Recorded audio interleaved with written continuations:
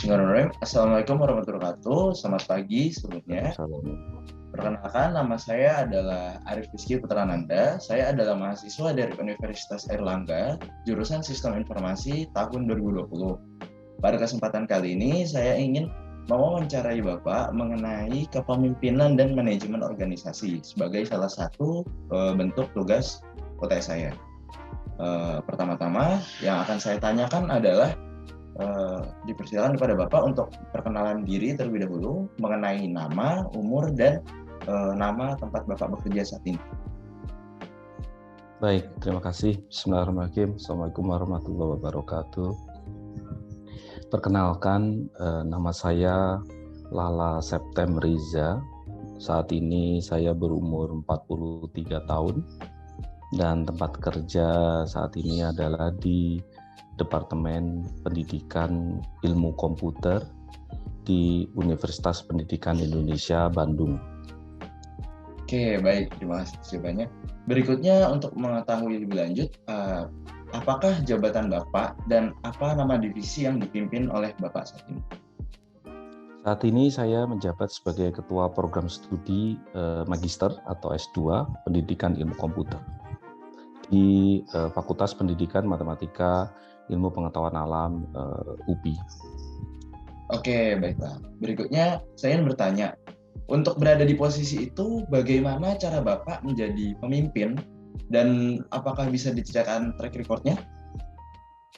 Ya, jadi menjadi pemimpin atau menjadi pejabat di UPI, awalnya saya menjadi Ketua Departemen Pendidikan Ilmu Komputer. Tidak lama karena ketika itu ada lowongan jabatan menjadi Wakil Dekan 1 bidang akademik di FMIPA. Kemudian saya apply dan diterima, disetujui, diangkat sehingga sempat menjadi Wakil Dekan bidang akademik. Tetapi kemudian kami mendirikan S2 Pendidikan Ilmu Komputer sehingga kemudian beralih menjadi Ketua Program Studi S2 Pendidikan Ilmu Komputer sampai sekarang. Baik, berarti berawal dari Wakil Dekan ya. Nah, berikutnya itu kan pasti Bapak ini ketika menjadi pemimpin itu memiliki tujuan. Nah, bagaimana cara Bapak itu menjelaskan tujuan yang ingin dicapai kepada seluruh partner kerja Bapak?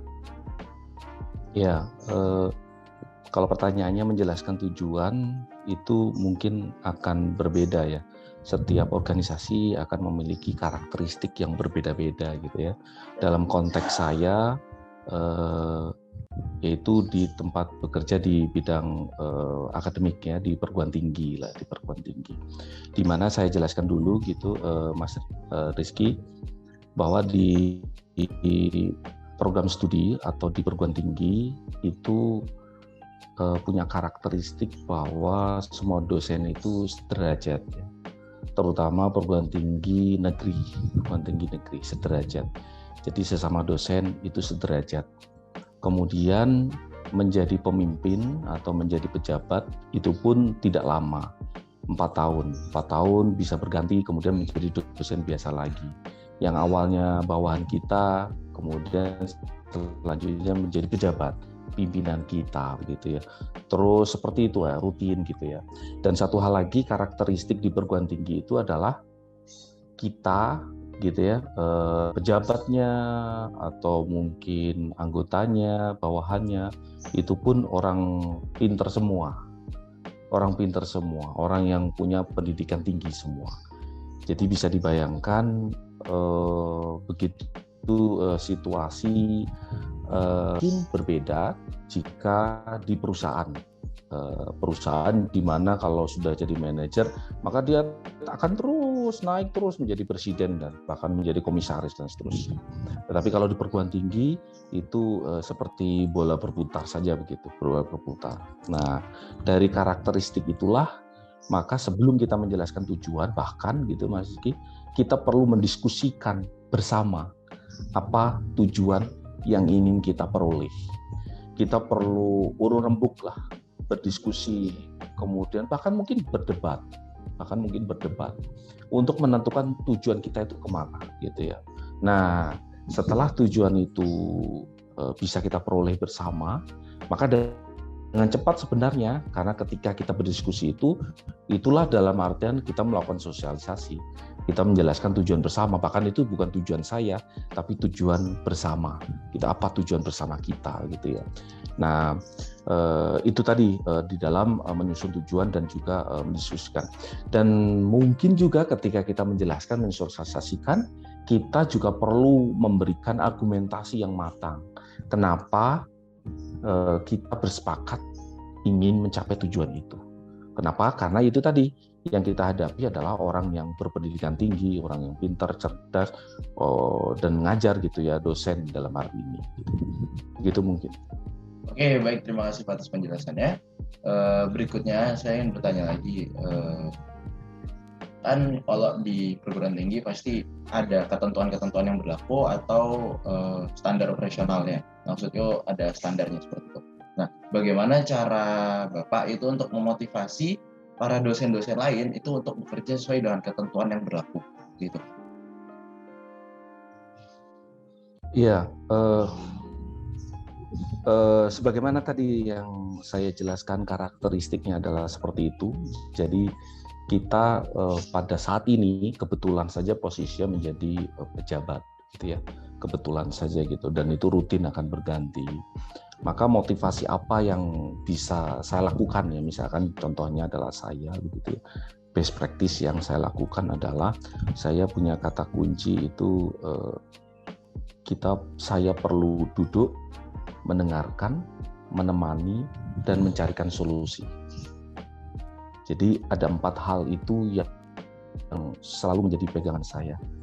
Karena tadi itu kita adalah teman sederajat, sejawat, maka ketika ada kolega kita itu ada kendala begitu, maka atau kita membentuk suatu kegiatan tim, kemudian kolega kita ada masalah di dalam menyelesaikan pekerjaannya, maka yang saya lakukan 4 hal itu.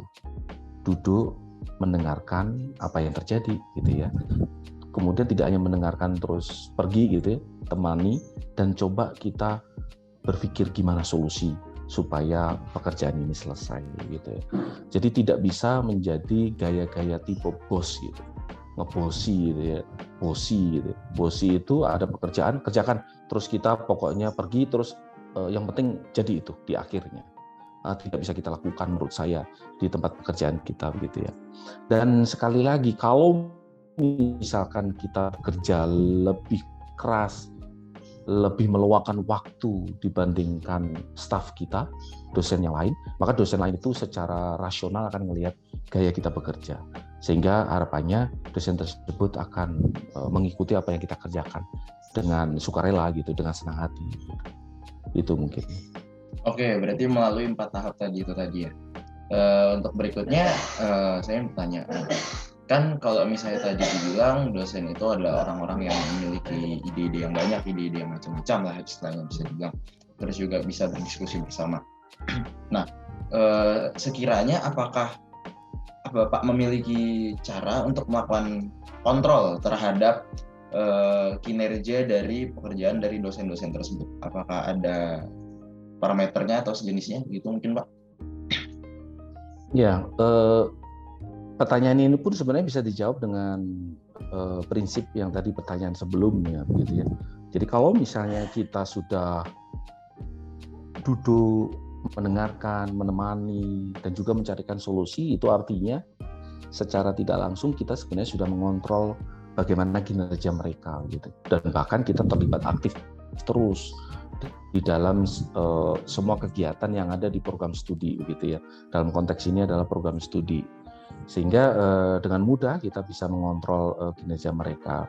Walaupun demikian, karena sebagai dosen PNS gitu, ASN, maka tentu saja pemerintah dan juga universitas memiliki mekanisme untuk mengontrol kita gitu. Tidak hanya dosen, staf, tapi juga pimpinan gitu ya. Nah, salah satunya adalah kita harus mengisi beberapa instrumen kontrol evaluasi, yaitu contohnya beban kerja dosen, ada namanya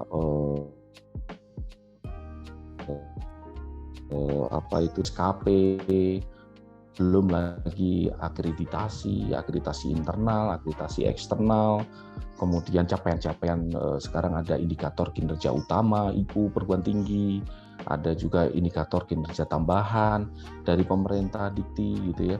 Nah itu semua mengontrol, bahkan mendrive kita apa saja yang menjadi pekerjaan kita, dan juga mengontrol, memonitoring dan mengevaluasi pekerjaan kita.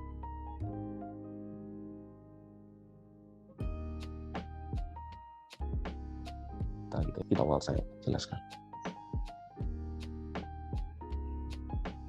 Oke, baik.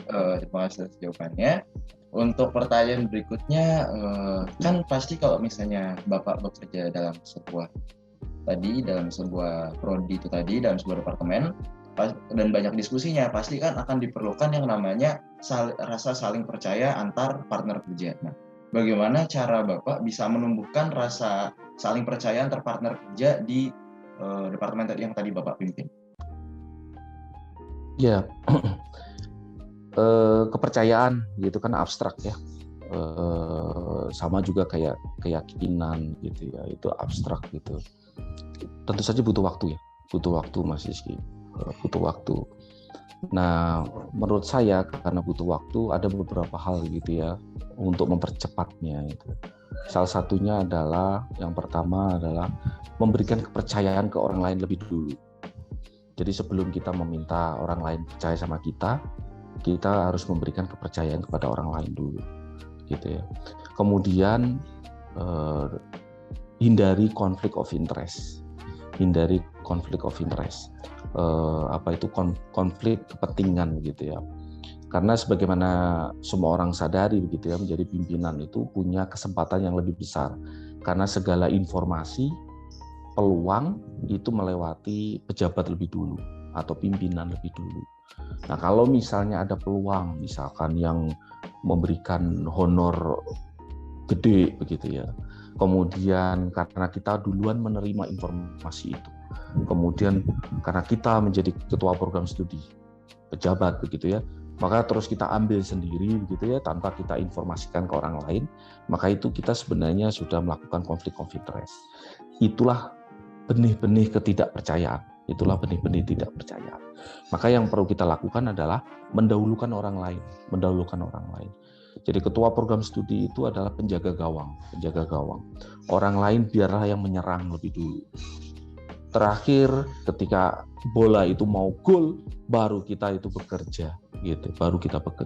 Jadi dalam konteks memberikan kesempatan pada orang lain, maka kita dahulukan peluang atau kesempatan itu kepada staf kita, dosen lain kita. Dahulukan kepentingan orang lain dulu gitu ya. Sehingga orang lain akan sadar bahwa kita menjadi pejabat itu bukan karena kita ingin enak gitu, tapi karena organisasi kita perlu maju bareng-bareng. Gitu. Program studi kita itu perlu maju gitu. Nah, kalau perlu maju, tidak bisa sendirian, tidak bisa kaprodinya, tidak bisa pejabatnya saja, tapi semuanya, dosen, mahasiswa, staf, pejabat, atasan, dan seterusnya. Itu perlu maju semua. Nah, untuk maju semua, maka sebagai pimpinan, dahulukan orang lain, hindari konflik of interest, dan seterusnya. Nah, satu hal yang penting juga komunikasi ya. Komunikasi itu wahana kita untuk menjelaskan apa yang kita inginkan di kepala kita begitu ya. Jadi kita perlu tahu komunikasi yang efektif dan seterusnya gitu. Itu mungkin Mas Rizky. Oke, baik Pak, terima kasih atas penjelasannya. Berikutnya ini mungkin pertanyaan yang lebih ke personal ke Bapak sih. Apakah Bapak memiliki kunci kesuksesan untuk menjadi seorang pemimpin yang biasanya Bapak pegang sampai saat ini? Ini ini apa yang saya lakukan gitu ya. Mungkin tiap orang akan berbeda-beda, sama-sama baiknya begitu ya. Tetapi ada beberapa kata kunci yang saya pegang gitu, yang selalu saya tanamkan di pikiran saya gitu ya. Yang pertama adalah sebelum menjadi pemimpin kita perlu memberikan teladan, contoh.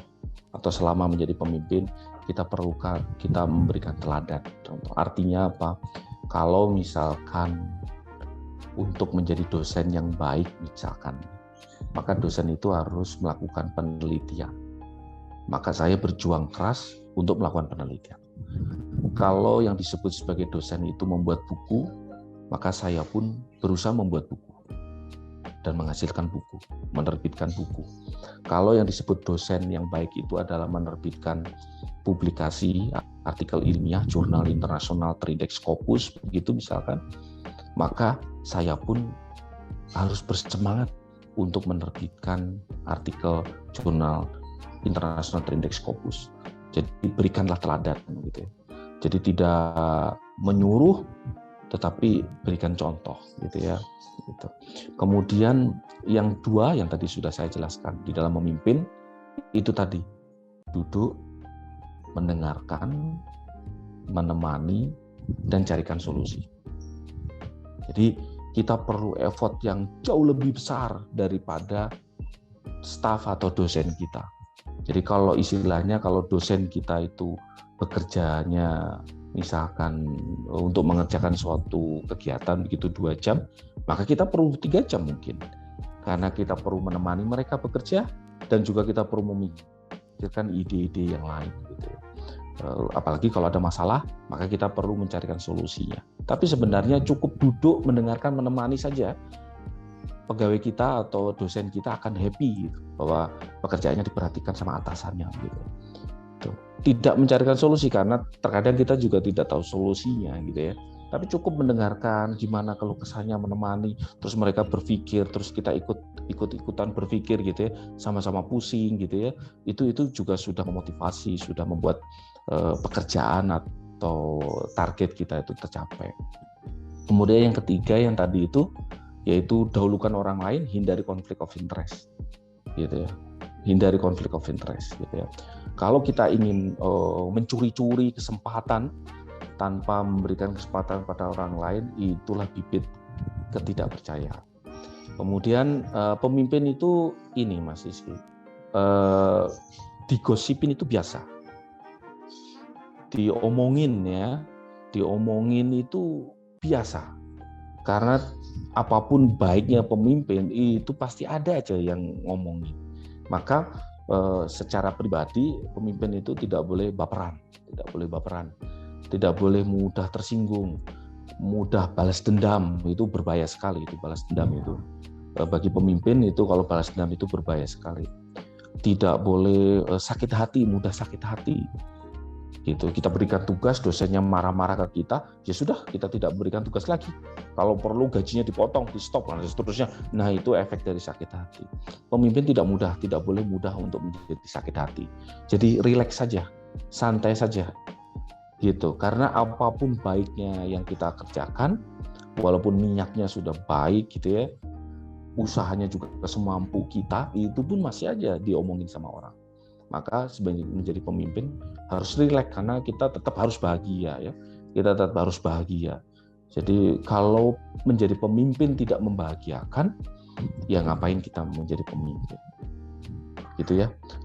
Kemudian berikutnya adalah berdoa. Berdoa ini penting karena terkadang usaha ikhtiar yang kita lakukan itu sudah mentok. Gitu. Ternyata kalahnya sama berdoa. Wah udah deh, putus asa nih, udah deh, kecapek nih. Nah ternyata ada bantuan, ada pertolongan Allah. Nah itu berdoa. Jadi artinya menjadi pemimpin perlu berdoa ya, perlu berdoa karena perlu bantuan gitu ya. Bantuan kasat mata dan tidak kasat mata gitu ya. Yang kasat mata adalah anak buah kita, dosen kita, staf kita, mahasiswa kita. Tapi yang tidak kasat mata itu yang harus kita perjuangkan juga gitu dengan berdoa gitu. Nah itu mungkin beberapa hal yang bisa menjadi panduan saya ya gitu. Oke, baik, terima kasih atas jawabannya. Dan untuk pertanyaan terakhir, apakah Bapak memiliki saran untuk mahasiswa untuk kedepannya agar dapat menjadi pemimpin yang sukses? Untuk mahasiswa ini ya, Mas Rizky? Ya, untuk mahasiswa. untuk mahasiswa ya. Saran saya, karena saya juga pernah menjadi mahasiswa, bahkan berulang kali menjadi mahasiswa, belajar akademis dengan baik, rajin, sehingga mendapatkan IPK yang tinggi. Jadi IPK itu penting. Jadi kalau misalkan ada sebagian mahasiswa mengatakan IPK tidak penting, ya biarin aja mereka berpendapat seperti itu. Tapi saran saya, IPK itu patut diperjuangkan. Jadi IPK itu adalah cermin, artinya memantulkan apa yang ada. Jadi isi kepala kita harus baik sangka bahwa itu akan terpantulkan oleh IPK. Gitu ya. Jadi satu, IPK harus bagus. Yang kedua, baru soft skill. Soft skill itu perlu diasah. Ikut organisasi supaya tahu cara berdiskusi dengan baik, berkomunikasi dengan efektif. Terus dilatih juga bahasa Inggrisnya, empati, simpati, bekerja keras, disiplin, etos kerja yang kuat, tangguh, persistence gitu ya, penuh tekad, berjuang keras. Itu juga perlu diasah. Diasahnya dengan apa? Ikut organisasi kemahasiswaan gitu ya. Dan juga kompetisi mahasiswa itu juga penting. Kompetisi mahasiswa di samping penting buat program studi, juga penting buat mahasiswa itu sendiri. Jadi berlatih untuk berjuang, berkompetisi begitu ya. Di samping juga memang itu juga dibutuhkan sebagai portofolio, track record mahasiswa itu untuk mencari pekerjaan gitu ya. Dan juga sertifikasi. Mahasiswa perlu mendapatkan sertifikasi sehingga dengan sertifikasi itu terlihat dari semua yang tadi itu terpenuhi. Jadi kalau bayangan saya, satu, IPK harus bagus. Yang kedua, soft skill-nya harus bagus. Komunikasi harus bagus. Bahasa Inggris yang bagus. Yang ketiga itu bahasa Inggris yang bagus. Yang keempat, portofolio. Kompetisi mahasiswa, sertifikasi. Apa sajalah sertifikasi kalau di ilmu komputer itu. Ada sertifikasi Oracle kah, sertifikasi Java, sertifikasi data science, dan seterusnya ya. Jadi itu ikuti gitu ya, ikuti. Sehingga itu menjadi hal yang baik dan kita bisa jadikan teladan kalau kita menjadi pemimpin. Kalaupun tidak jadi pemimpin, ya tidak juga jadi masalah karena kita sudah berjuang keras untuk memperbaiki diri kita gitu ya, mengembangkan diri kita gitu ya, dengan hal-hal yang itu tadi gitu ya. Dan juga ya tetap ini ya, hormati orang tua gitu ya, berdoa gitu. Itu kita rutin kita lakukan sebagai mahasiswa ya, karena kesuksesan kita tidak hanya dari sisi ikhtiar kita tadi itu. Ikhtiar udah maksimal, maka tinggal kita berbakti pada orang tua, hormati orang tua, dan banyak berdoa. Insya Allah kita menjadi sukses gitu ya. Sukses dalam artian dunia akhirat ya, dunia akhirat. Tidak harus menjadi pemimpin. Kalaupun jadi pemimpin itu amanah, jadi itu menjadi bekal kita untuk semakin mendapat amal soleh lah begitu. Itu mungkin Mas Rizky yang bisa saya sampaikan. Oke, baik. Terima kasih Bapak Lala atas jawabannya. Mungkin sekian saja wawancara pada pagi hari ini. Terima kasih atas kesempatan yang telah diberikan oleh Bapak Lala. Saya ucapkan Sama-sama. Mohon maaf apabila terdapat kesalahan dalam pengucapan ataupun kesalahan dalam bertindak. Saya sudahi wawancara di sini. Wassalamualaikum warahmatullahi wabarakatuh. Waalaikumsalam warahmatullahi wabarakatuh. Terima kasih.